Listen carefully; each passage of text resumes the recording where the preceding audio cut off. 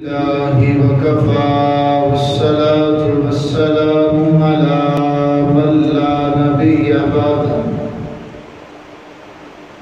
أما بعد فأعوذ بالله من الشيطان الرجيم بسم الله الرحمن الرحيم ما كان محمد أبا من رجالكم ولكن رسول الله وخاتم النبيين وكان الله بكل شيء عليما قال النبي صلى الله تعالى عليه وسلم أنا خاتم النبيين لا نبي بعدي صدق الله العظيم وصدق رسوله النبي الكريم الأمين ونحن على ذلك لمن الشاهدين والشاكرين والحمد لله رب العالمين.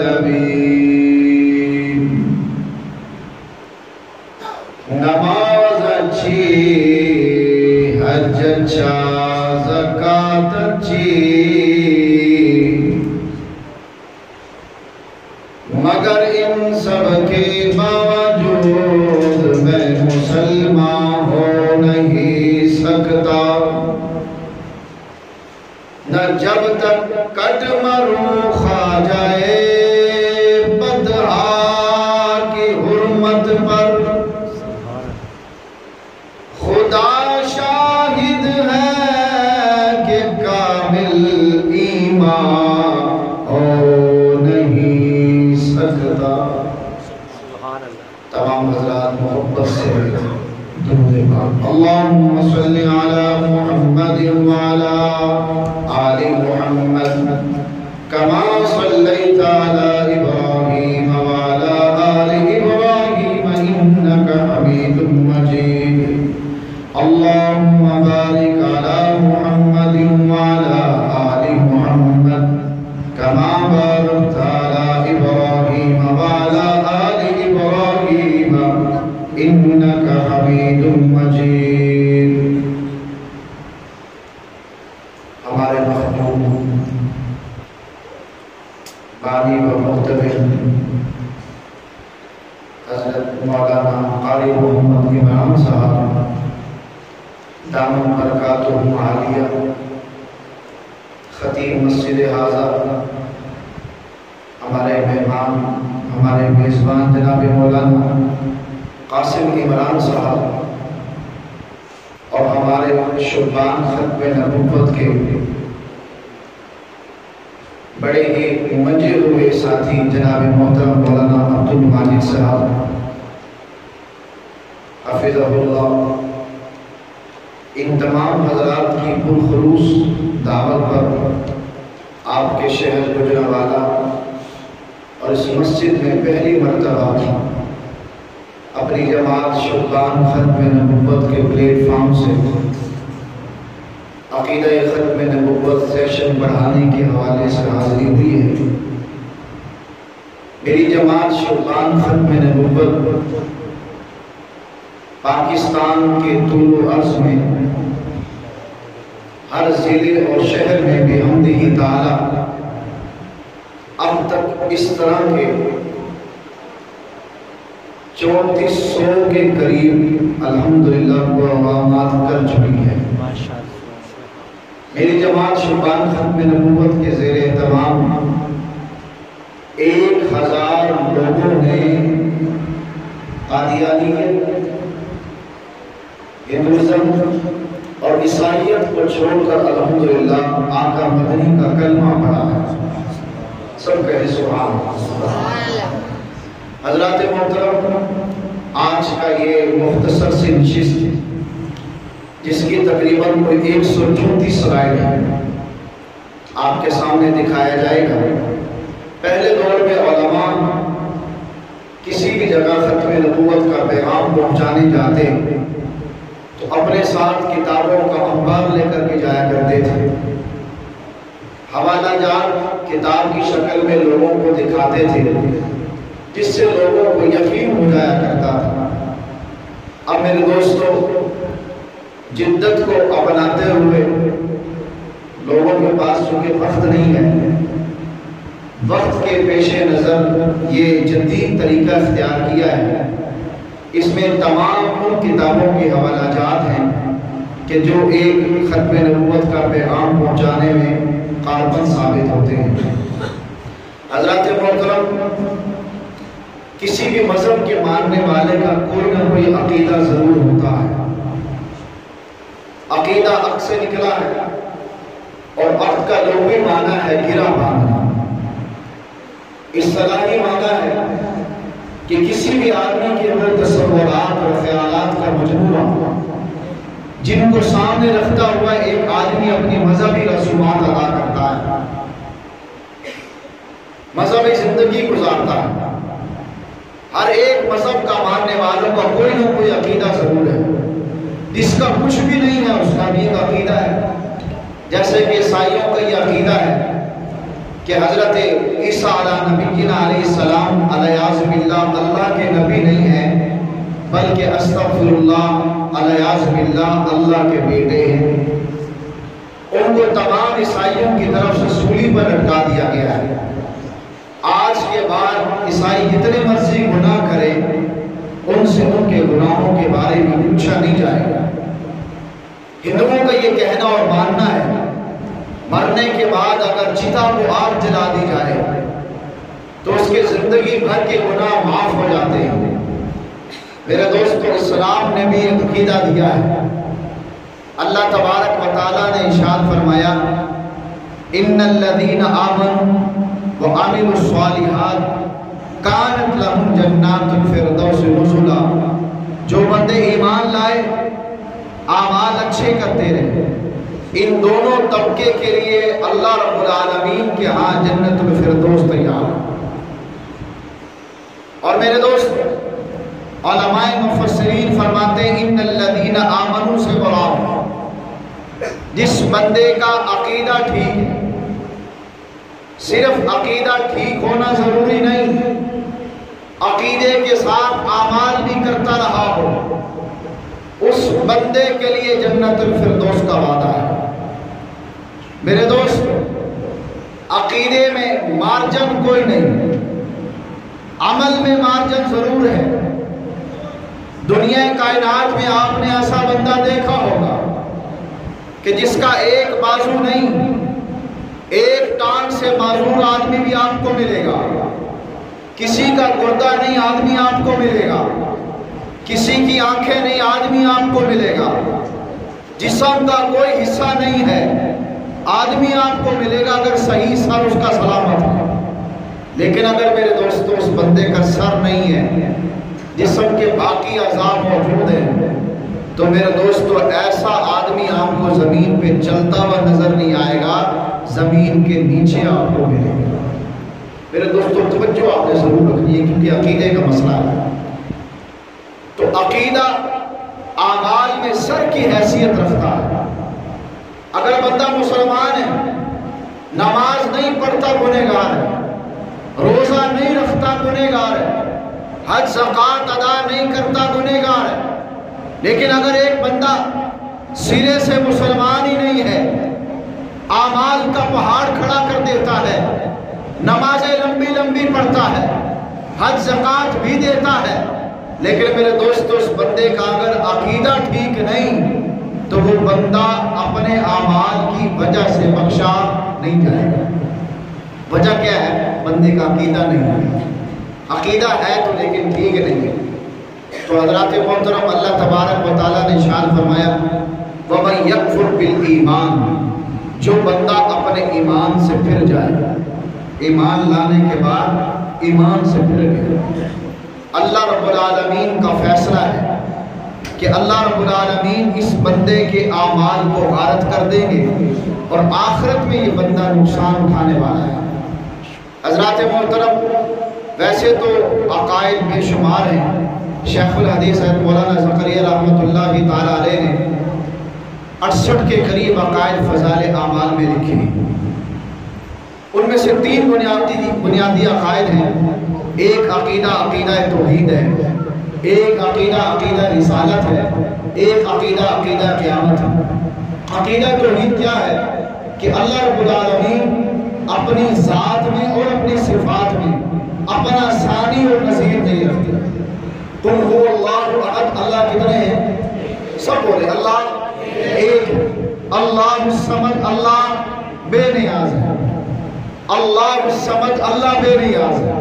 اللہ کو کسی کی کوئی حاجت، کوئی ضرورت نہیں ہے. لم یلد ولم یولد، نہ اللہ کسی کی اولاد اور نہ آگے اللہ کی کوئی اولاد ہے کہ نہیں میرے دوست؟ اللہ اپنی ذات میں اکیلے ہیں.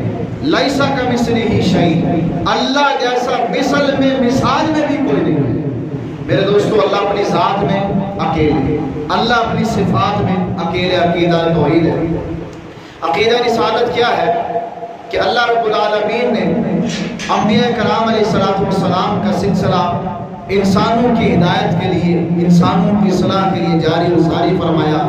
پہلے انسان حضرت آدم علیہ السلام اور پہلے پیغمبر بھی جناب آدم علیہ السلام.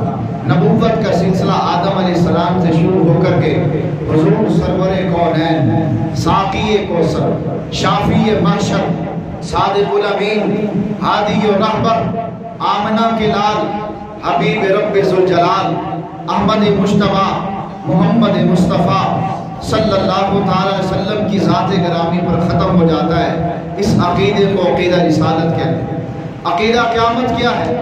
کہ مرنے کے بعد ہم میں سے ہر ایک آدمی نے اپنے گزری ہوئی زندگی کا حساب کتاب دینا ہے.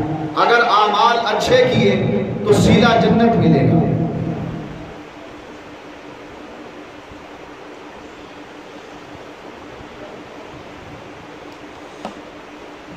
اگر اعمال برے ہوئے تو اللہ رب العالمین اس کو اپنے قید خانے جہنم میں ڈالے گا. حضرات محترم، مرنے کے بعد ایک ابد الآباد کی زندگی ہے. اللہ رب العالمین ہر بندے کا اس دن حساب فرمائیں گے. لہذا عقیدہ قیامت ہے. حضرات محترم، عقیدہ رسالت کے ضمن ہے ایک عقیدہ عقیدہ ختم نبوت بھی ہے کہ حضور نبی کریم صلی اللہ تعالی علیہ وسلم نہ صرف اللہ کے رسول اور پیغمبر ہیں بلکہ آخری نبی ہیں. آپ کے بعد کوئی نبی نہیں آئے گا. اس عقیدے کو عقیدہ ختم نبوت کہتے ہیں. میرے دوستو، عقیدہ ختم نبوت دین کی اساس اور بنیاد ہے. دین کی پہلی سیڑھی عقیدہ ختم نبوت ہے. مثال کے طور پر یہ سامنے دیوار موجود ہے. اگر کوئی آدمی اس دیوار کو اوپر سے 10-12 اینٹیں نکالے دیوار پوری نہیں گرے گی. اگر درمیان سے 10-12 اینٹیں نکال دے دیوار تب بھی پوری نہیں گرے گی.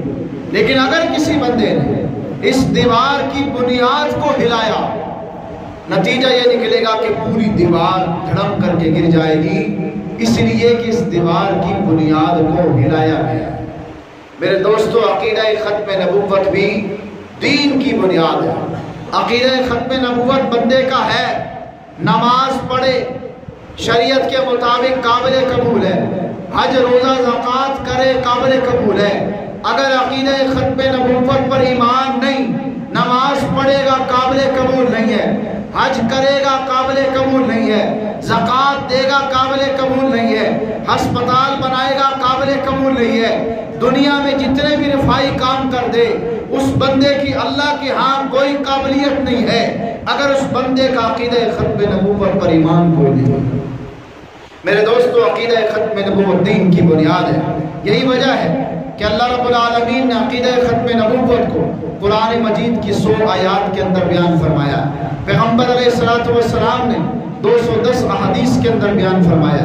امت کا سب سے پہلا اجماع عقیدہ ختم نبوت کے اوپر ہوا ہے. میرے دوستو، ویسے تو قرآن پاک کی ایک ہی آیت کافی ہے احکام کے اعتبار سے، یا ایھا الذین آمنوا کتب علیکم الصیام کما کتب علی الذین من قبلکم، روزوں کی فرضیت کے حوالے سے آیت نازل ہوئی، قیامت کی صبح تک مسلمان اس آیت کے تحت روزے رکھیں گے، روزے فرض ہو گئے۔ لیکن کیا وجہ ہے کہ اللہ رب العالمین نے عقیدہ ختم نبوت کو قرآن مجید کی 1-2 آیات میں نہیں، 5-10 آیات میں نہیں، 50-60 آیات میں نہیں، 100 آیات کے اندر بیان فرمایا ہے۔ عقیدہ ختم نبوت کی اہمیت کو دیکھیے آپ، 100 آیات کے اندر بیان فرمایا۔ پیغمبر ہادی حضور خاتم النبیین صلی اللہ تعالی علیہ وسلم نے 210 احادیث کے اندر عقیدہ ختم نبوت کو بیان فرمایا۔ میرے دوستو، قرآن مجید کی ایک آیت آج کے ہم اس درس میں لیں گے۔ فی الوقت ہم عقیدہ ختم نبوت کی تعریف جاننا چاہتے ہیں۔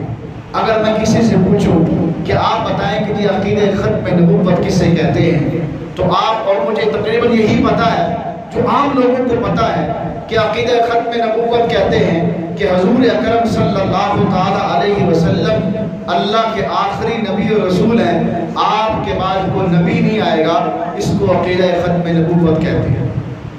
میرے دوستو، یہ تعریف ٹھیک تو ہے، لیکن اس تعریف پر ہمیشہ قادیانی مسلمانوں کے ذہن کو خراب کرنے کے لیے اعتراض داغ دیتے ہیں، مسلمانوں کے ذہن کو اور ایمان کو خراب کرنے کے لیے۔ اگر آپ نے یہ تعریف کر دی، ہمارے ساتھی کے ایک ساتھی جگہ پہ بات ہو رہی تھی تو مرزائی نے سب سے پہلے یہی سوال کیا کہ جی عقیدہ ختم نبوت کی تعریف کیا ہے؟ تو انہوں نے عقیدہ ختم نبوت کی وہ تعریف کی جو ہم کرواتے ہیں۔ تو وہ چونکہ پرچی پر چلنے والا آدمی تھا، رٹی رٹائی باتیں کرنے والا تھا، جب اس کو وہ تعریف مل گئی جو اس کے کہنے کے مطابق نہیں تھی تو لہذا وہ پزل ہو گیا۔ حضرات محترم، اگر یہ تعریف جو میں نے پہلے کی ہے کہ حضور اکرم صلی اللہ علیہ وسلم اللہ کے آخری نبی ہیں، آپ کے بعد کوئی نبی نہیں آئے گا، قادیانی مسلمانوں کے ذہن میں شک ڈالتے ہیں۔ کیسے؟ کہتے کہ عیسیٰ علیہ السلام اللہ کے نبی ہیں، بالکل ہیں۔ اچھا، آپ یہ بھی کہتے ہو کہ وہ زندہ ہیں آسمانوں پر؟ جی بالکل، ہم یہ بھی کہتے ہیں، ہمارا ایمان ہے کہ ان کا رفع ہونا قرآن پاک سے ثابت ہے۔ اچھا، تم یہ بھی کہتے ہو کہ قیامت سے پہلے تشریف بھی لائیں گے؟ جی ہم کہتے ہیں، ہمارا ایمان ہے، ان کا آسمان سے نازل ہونا حدیث سے ثابت ہے۔ اچھا، ان کا اٹھایا جانا قرآن سے ثابت، نازل ہونا حدیث سے ثابت۔ پھر یہ بتائیے کہ ایسا تو نہیں ہے کہ اللہ نبوت دینے کے بعد نبوت چھین لیں گے؟ نہیں، نبوت بھی نہیں چھینیں گے۔ پھر عیسیٰ علیہ السلام اگر قیامت سے پہلے آئیں گے، پھر اللہ کے نبی صلی اللہ علیہ وسلم آخری نبی کیسے ہوئے؟ اب عام مسلمان پریشان ہو جائے گا، جبکہ اس نے تعریف یہ کی ہے کہ آپ صلی اللہ علیہ وسلم کے بعد کوئی نبی نہیں آئے گا، تو پھر عیسیٰ علیہ السلام کیوں آ رہے ہیں؟ شک ڈال رہا ہے۔ میرے دوستو، آج کے بعد آپ نے تعریف ہی یاد کرنی ہے کہ حضرت محمد صلی اللہ علیہ وسلم اللہ کے آخری نبی ہیں۔ آپ صلی اللہ علیہ وسلم کے بعد کسی کو نبوت نہیں دی جائے گی اور آپ کے بعد کوئی نبی پیدا نہیں ہوگا۔ یہ دو نقطے آپ نے یاد رکھنے ہیں۔ پہلا نقطہ، آپ کے بعد اللہ کسی کو نبوت نہیں دے گا۔ ہاں، میرا ایمان عقیدہ ہے حضرت عیسیٰ علیہ السلام اللہ کے پیغمبر تھے، لیکن وہ تھے بنی اسرائیل کے، امت محمدیہ کے نبی اور رسول نہیں ہوں گے۔ اس لیے کہ میں نے تعریف یہ کی ہے کہ آپ کے بعد اللہ کسی کو نبوت نہیں دے گے۔ مطلب یہ ہے عیسیٰ علیہ السلام کو نبوت 1,25,000 انبیاء میں سے دی جا چکی ہے۔ حضور کے بعد کوئی نیا نبی نہیں آ رہا، سابقہ نبی ہے، ان کو نبوت مل چکی ہے، جبکہ میں تعریف کرتا ہوں کہ آپ کے بعد اللہ کسی کو نبوت نہیں دے گا۔ دوسری بات، آپ کے بعد کوئی نبی پیدا نہیں ہوگا، اس لیے کہ عیسیٰ علیہ السلام آسمان سے نازل ہو رہے ہیں، پیدا نہیں ہو رہے ہیں۔ میرے دوست، ایک جگہ مرزائی مسلمان کو گمراہ کرنے کے لیے کہنے لگا کہ جی عیسیٰ علیہ السلام کہاں ہیں؟ کہ جی آسمانوں پر ہیں۔ مسلمان نے کہا اچھا آسمانوں پر ہیں، اور حضور اکرم صلی اللہ علیہ وسلم کا روزہ اطہر کہاں ہے؟ کہنے لگا جی مدینہ المنورہ میں۔ وہ کہاں ہے؟ جی زمین میں، زمین پہ ہے۔ اچھا حضور کی قبر اطہر زمین پر اور عیسیٰ علیہ السلام آسمانوں پر، تو ان دونوں میں سے افضل کون اور غیر افضل کون ہے؟ تو اس مسلمان نے کہا جی افضل تو حضور اکرم صلی اللہ علیہ وسلم ہے، اور غیر افضل کون ہے؟ کہا جی وہ عیسیٰ علیہ السلام ہے۔ کہا جی پھر یہ تو توہین نہیں ہو گئی؟ کہنے لگا توہین نہیں ہو گئی کہ ایک غیر افضل نبی اوپر اور افضل نبی نیچے، توہین ہو گئی؟ تو انہوں نے فرمایا کہ یہ اوپر اور نیچے ہونے سے کسی کے افضل اور غیر افضل کا کوئی بندہ فیصلہ نہیں کر سکتا۔ پھر حضرت نے اس پہلا سوال یہ کیا کہ آپ یہ بتائیں کہ فرشتے کہاں ہیں؟ کہنے لگا جی آسمانوں پر۔ کیا فرشتے افضل ہیں یا انبیاء افضل ہیں؟ کہ جی انبیاء افضل ہیں۔ تو فلسطین کے قبرستان میں اور دنیا کی زمین پر کتنے قبرستان ایسے ہیں جہاں انبیاء کرام مدفن ہیں، تشریف فرما ہیں، آرام فرما رہے ہیں، تو ان کی قبریں زمین پر ہیں۔ فرشتے جو کہ نبیوں سے افضل نہیں ہیں، غیر افضل ہیں، آسمانوں پر ہیں، تو لہٰذا ان کی افضلیت میں ان کے اوپر ہونے سے کوئی فرق نہیں پڑا۔ دوسرا سوال آپ نے عقلی کیا، آپ نے یہ فرمایا کہ تیرے سر پر کیا ہے؟ کہنے لگا جی ٹوپی۔ تو حضرت نے فرمایا کہ تیرا ٹوپی افضل ہے یا تیرا سر افضل ہے؟ کہنے لگا جی میرا سر افضل ہے، میری ٹوپی تو افضل نہیں ہے۔ تو پھر اس وقت اس کی عقل ٹھکانے آئی۔ تو حضرات محترم، ایک ہے شک اور ایک ہے یقین۔ عقیدہ ختم نبوت تعلق رکھتا ہے یقین سے، اور شک ہمیشہ قادیانی ڈالنے کی کوشش کرتا ہے۔ ذرا سا شک مسلمانوں کے ایمان کو خراب کرنے کا سبب بنتا ہے۔ یہ اتنی ساری بات کا جواب جو ہے علامہ حضرت مرشد رحمۃ اللہ تعالی نے فرمایا۔ اللہ اکبر کبیر۔ حضرات محترم، لکھا ہے علامہ نجیب رحمۃ اللہ تعالی علیہ نے کہ اگر کوئی بندہ مسلمان ہے، نماز روزہ حج زکات بھی پڑھتا ہے، لیکن اگر کسی بندے کو عقیدہ ختم نبوت کے بارے میں نہیں پتا، فرمایا یہ بندہ مسلمان نہیں ہے، اس لیے کہ عقیدہ ضروریات دین میں سے ہے۔ عقیدہ ختم نبوت پر ایمان لانا دین کے بنیادی عقائد میں سے ایک عقیدہ ہے۔ ایک بندے کو پتہ ہی نہیں ہے تو حضرت فرماتے وہ بندہ پکا مسلمان نہیں ہو سکتا۔ اس لیے ضروری ہے ہر مسلمان تک یہ بات پتہ ہونا چاہیے کہ اللہ کے نبی صلی اللہ علیہ وسلم ہی آخری نبی ہے، آپ کے بعد کوئی نبی نہیں آئے گا، اللہ آپ کے بعد کسی کو نبوت عطا نہیں کریں گے۔ حضرات محترم، یہی وجہ ہے امام اعظم ابو حنیفہ رحمۃ اللہ تعالی سے کسی نے پوچھا کہ حضرت اگر کوئی بندہ جھوٹا مدعی نبوت دعویٰ کرتے نبوت کا، سامنے والا بندہ اس سے دلیل طلب کرے، پوچھے کہ تیرے پاس کیا دلیل ہے اس بات کی کہ تو اللہ کا نبی ہے، یہ دلیل ماننے والا مسلمان رہے گا کہ نہیں رہے گا؟ حضرت نے فتویٰ جاری فرمایا کہ یہ بندہ مسلمان نہیں رہ سکتا، اس لیے کہ دلیل مانگنا عقیدہ ختم نبوت میں شک کرنے کے مترادف ہے، اور اللہ رب العالمین کو ذرا سا شک بھی اپنے نبی کے نبوت والے عقیدے میں برداشت نہیں ہے، شک برداشت نہیں ہے۔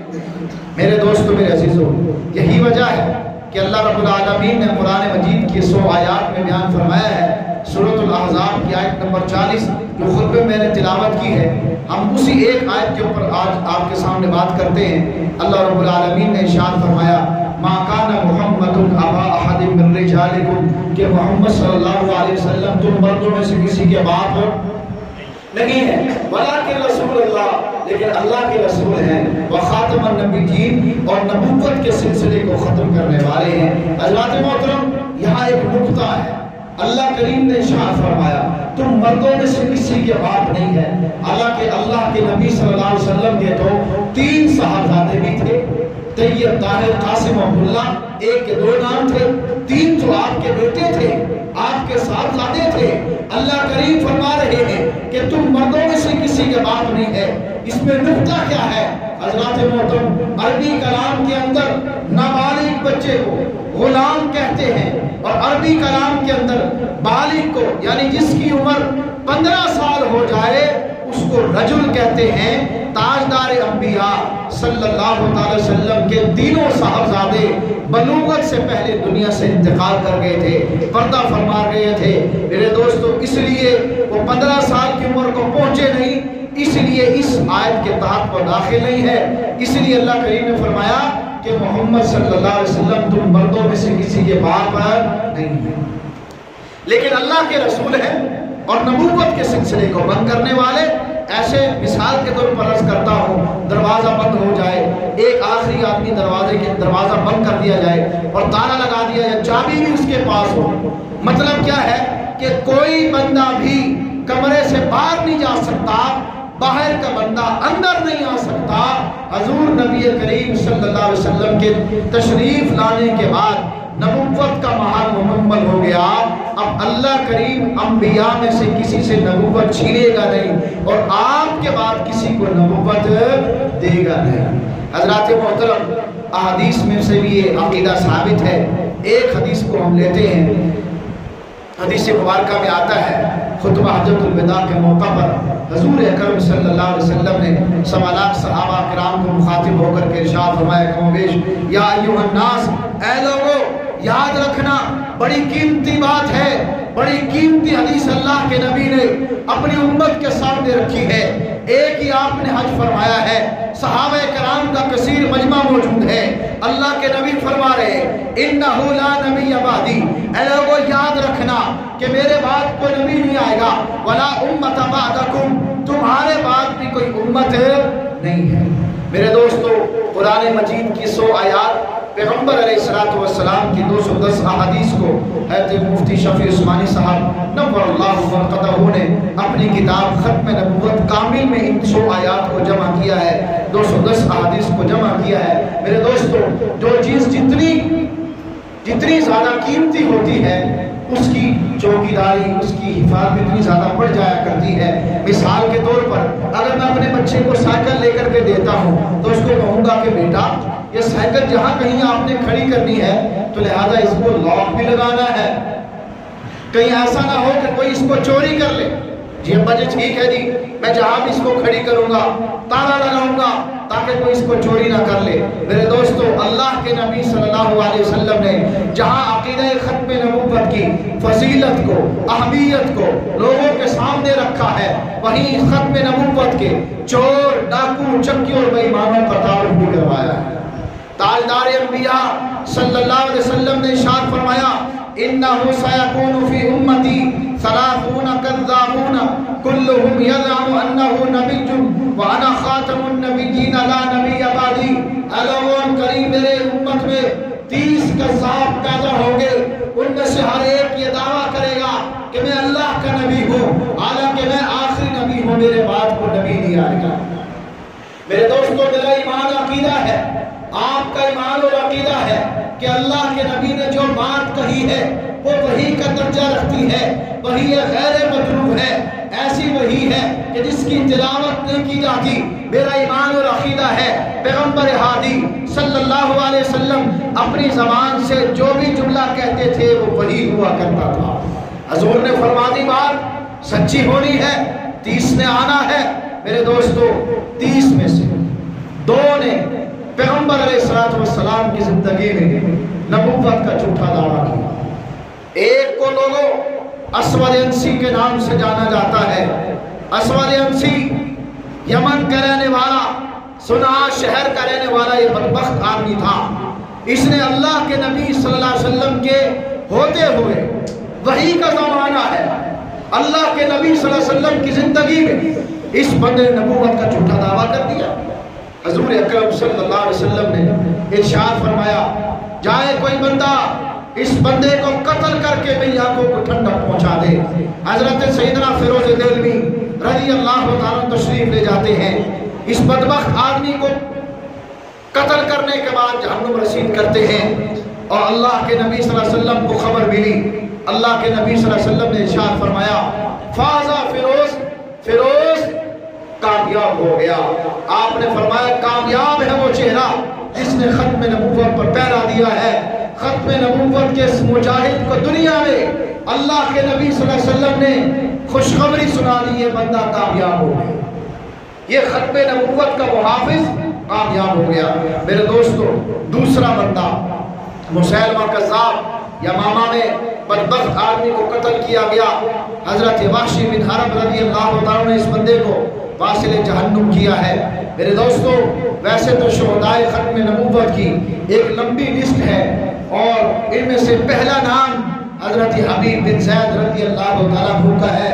حبیب بن زید رضی اللہ تعالیٰ کو مولانا قاسم عمران صاحب حفظہ اللہ بڑا زبردست قسم کے انداز سے بیان فرما رہے تھے. حضرت حبیب بن زید رضی اللہ تعالیٰ کو یہ وہ صحابی رسول پہلے شہید ختم نبوت ہے جن کو اللہ کے نبی صلی اللہ علیہ وسلم کی ختم نبوت پر پہرا دیتے ہوئے اپنی جان آفرین کے سپرد کر دی ہے. میرے دوستو جلاد نے آپ کا ایک بازو کڑا کر دیا، دوسرا بازو کاٹا، خون نکل رہا ہے، خون پھوٹ رہا ہے رگوں سے، تکلیف کا عالم ہے، درد کی شدت ہے. اس درد کی عالم میں، تکلیف کے عالم میں جلاد پوچھتا ہے کیا کہتا ہے مسلمہ قذاب کے بارے میں؟ آپ نے فرمایا جھوٹا ہے. کیا کہتے ہو مدینے والے کے بارے میں؟ کہنے لگا سچا اللہ کا نبی ہے. میرے دوستو انگلی نہیں کٹی ہے، بازو کٹا ہے. ایک نہیں کٹا، دو بازو کٹے ہیں. ایک ٹانگ نہیں کٹی، دوسری ٹانگ بھی کٹ گئی ہے. یوں لکھا ہے کتابوں میں بدبخت آدمی نے لوہے کی سلاخ گرم کرنے کے بعد حضرت حبیب بن زید رضی اللہ تعالیٰ عنہ کی آنکھوں میں اتار دیے ہیں. آنکھوں سے خون نکلتا ہے، تکلیف شدت کی ہے، درد کا عالم ہے. اس تکلیف میں، درد میں، تکلیف کے عالم میں پوچھا جاتا ہے صحابی رسول سے بتا کہ میں اللہ کا نبی ہوں کہ نہیں؟ آپ فرماتے ہیں جھوٹا ہے، قذاب ہے. مدینہ والے کے بارے میں کیا کہتے ہو؟ سچی اللہ کے نبی ہے. میرے دوستوں میں آپ سے سوال کرتا ہوں، جس آدمی نے صبح و شام آمنہ کے لال کے چہرے کی زیارت کی ہو، آپ قلم نشرہ والا سینہ دیکھا ہو، مازاغ البصر والی آنکھیں دیکھی ہو، آپ کا مسوحہ والا چہرہ دیکھا ہو، جو صحابہ آپ کے چہرے کو دیکھ کر اپنی پیاس بھول جایا کرتے تھے، آپ کے چہرے کو دیکھ کر بھوک بھول جایا کرتے تھے. میرے دوستو اتنا خوش ہونے کے باوجود بھی کیسے صحابی اپنے ایمان سے پھر جاتا؟ آج کے دور کی بات ہے، علماء ہیں، اتقیاء ہیں، اصفیاء ہیں، صلحاء ہیں، ہر لحاظ پر اپنے مشن پر کاربند ہیں. تکالیف کے پہاڑ توڑے جاتے ہیں، مارا جاتا ہے، بچے قربان کر دیے جاتے ہیں، عورتیں بیوہ ہو جاتی ہیں. میرے دوستو تکالیفوں پہ تکلیفیں دی جاتی ہیں، لیکن اپنے مشن سے، موقف سے پیچھے نہیں ہٹتے. میرے دوستو وہ تو اللہ کے نبی کے زمانے کے بالکل قریب تھے، حضور کا زمانہ پانے والے تھے، کیسے ایمان سے پھر جاتے؟ میرے دوستو حبیب بن زید رضی اللہ تعالیٰ کو اللہ کی قسم جان تو دے دی، لیکن آمنہ کے دام نامے ختم نبوت سے وفا کر کے گئے، جفا نہیں کی. میرے دوستو پہلے غازی ختم نبوت حضرت ابو مسلم خولانی رحمت اللہ تعالیٰ علیہ مسلمان ہو گئے تھے، لیکن جو ہے اللہ کے نبی صلی اللہ علیہ وسلم کا دیدار کر کے صحابی ہونے کا شرف حاصل نہ کر سکے. مسلمہ قذاب نے گرفتار کر لیا. گرفتار کرنے کے بعد کہنے لگا کیا کہ میں اللہ کے نبی ہوں؟ آپ نے فرمایا جھوٹا ہے. رسیوں سے باندھ دیا گیا، آگ جلا دی گئی، آگ جلی. جب آگ کے شرارے آسمان سے باتیں کرنے لگے، این بھڑکتی آگ کے اندر حضرت ابو مسلم خولانی کو آگ میں ڈال دیا گیا. جب بھی آگ میں ڈال رسی کو تو جلا دیا، لیکن بال کو نہ جلایا، بال کو نہ جلایا. یہ آگ سے باہر نکلے کپڑے جھاڑتے ہوئے. جتنے لوگ وہاں موجود تھے انہوں نے موجزانہ طور پر دیکھا یہ تو واپس آ گئے، لہذا جتنے لوگ وہاں کھڑے تھے اکثر لوگ مسلمان ہو گئے، ایمان پر جم گئے. مسلمہ قذاب نے سوچا یہ تو الٹی گیم پڑ گئی، میں نے تو اس لیے ڈالا تھا کہ لوگ ڈر جائیں گے، دبدبا میرا قائم ہوگا، یہ تو معاملہ الٹ ہو گیا. انہوں نے ان کو پکڑا، علاقہ بدر کر دیا. یہ نکلے، مدینہ کے مسافر بنے. رات کا وقت تھا، مسجد نبوی پہنچے اور نماز تہجد ادا کر رہے تھے. حضرت عمر فاروق رضی اللہ عنہ تشریف لائے. نماز مکمل کرنے کے بعد آپ نے نام پوچھا، مسموع تیرا نام کیا ہے؟ انہوں نے وہ نام بتایا جو کہ مشہور نہیں تھا. انہوں نے فرمایا کہ میرا نام عبداللہ سو ہے. عبداللہ سو، اچھا. تو آپ نے کہا جی فلاں آدمی کو جانتے ہو کہ جس کے ساتھ وہ معاملہ ہوا ہے، ان کو آگ میں ڈالا گیا، آگ ان کو نہ جلا سکی؟ کہ جی جانتا ہو. حضرت عمر فاروق رضی اللہ عنہ نے اللہ کا واسطہ دے کر فرمایا کہ میں تجھے اللہ کا واسطہ دے کر کے کہتا ہوں تو سچ بتا، وہی آدمی تو نہیں ہے؟ آپ فرمانے لگے جی میں وہی آدمی ہوں۔ اللہ اکبر کبیرہ سینے سے لگایا، حضرت عمر فاروق کے حضرت ابوبکر صدیق کی خدمت میں لے گئے، انہوں نے بھی ہاتھ چوما، ماتھا چوما اور کہنے لگے اے خلیفۃ المسلمین، یہ وہ بندہ ہے جن کے ساتھ اللہ کریم نے وہی معاملہ کیا ہے جو اپنے پیارے پیغمبر ابراہیم علیہ السلام کے ساتھ کیا ہے۔ نمرود کی آگ ابراہیم علیہ السلام کو نہ جلا سکی اور اس مسلمہ کذاب کی آگ بھی اس پروانے ختم نبوت کو جلا نہ سکی۔ میرے دوستو، تصویر میں نظر آنے والا یہ وہ میدان ہے جہاں پہ مسلمہ کذاب کے ساتھ جو ہے صحابہ کرام نے جنگ کی، مدینہ سے کچھ فاصلے پر ہے۔ حضرات محترم، جتنی بھی اسلام میں جنگیں ہوئی ان کی تعداد 83 کے قریب ہے، 83 کے قریب ان کی جنگ کی تعداد ہے، 83۔ اور کتنے مسلمان شہید ہوئے؟ 259، یعنی اتنی ساری جنگیں 83، شہداء کتنے؟ 259۔ لیکن میرے دوستو، ایک جنگ عقیدہ ختم نبوت کے تحفظ کے لیے یمامہ کے میدان میں لڑی گئی، اس اکیلی ایک جنگ کے اندر 1200 صحابہ کرام نے اپنی جان کا نذرانہ پیش کیا۔ 1200 صحابہ کرام عام بات نہیں ہے میرے دوستو، امت کے سب سے بہترین طبقہ، بیچ میں 700 قرآن کے قاری اور حافظ، 70 بدری صحابہ۔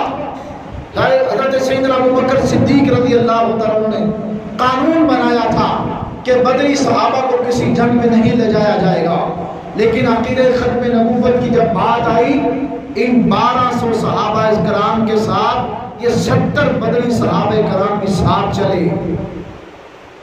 مدینہ المنورہ میں آواز لگی، لوگوں نے کہا کہ مسلمانوں کے خلیفہ حضرت سیدنا ابوبکر صدیق، کسی بالغ آدمی کو مدینے میں رہنے دیجیے، مدینے کو خالی مت کیجیے۔ آپ نے فرمایا کہ سب کو نکلو اللہ کے نبی کی ختم نبوت کے تحفظ کے لیے۔ تو کسی نے کہا مدینہ میں کوئی تو رہ جائے، کہیں ایسا نہ ہو کہ جنگل کے جانور ازواج مطہرات کے اوپر حملہ کر دے، آسمان کے پرندے کھا جائیں۔ آپ نے فرمایا ہاں، اگر جنگل کے جانور امہات المومنین پر حملہ کر دے، مدینہ کی ماؤں بیٹیوں پر حملہ کر دے اور آسمان سے پرندے ان کے گوشت کو نوچ کر کے لے جائیں، یہ تو ابوبکر برداشت کر سکتا ہے، لیکن ایک گستاخ زمین پر موجود ہو اور میرا ابوبکر زندہ ہو، ابوبکر نے فرمایا یہ کبھی نہیں ہو سکتا، لہذا سب کو نکلنا پڑے گا۔ یہ 1200 صحابہ کرام اس جنگ کے اندر میرے دوستو شہید ہوئے۔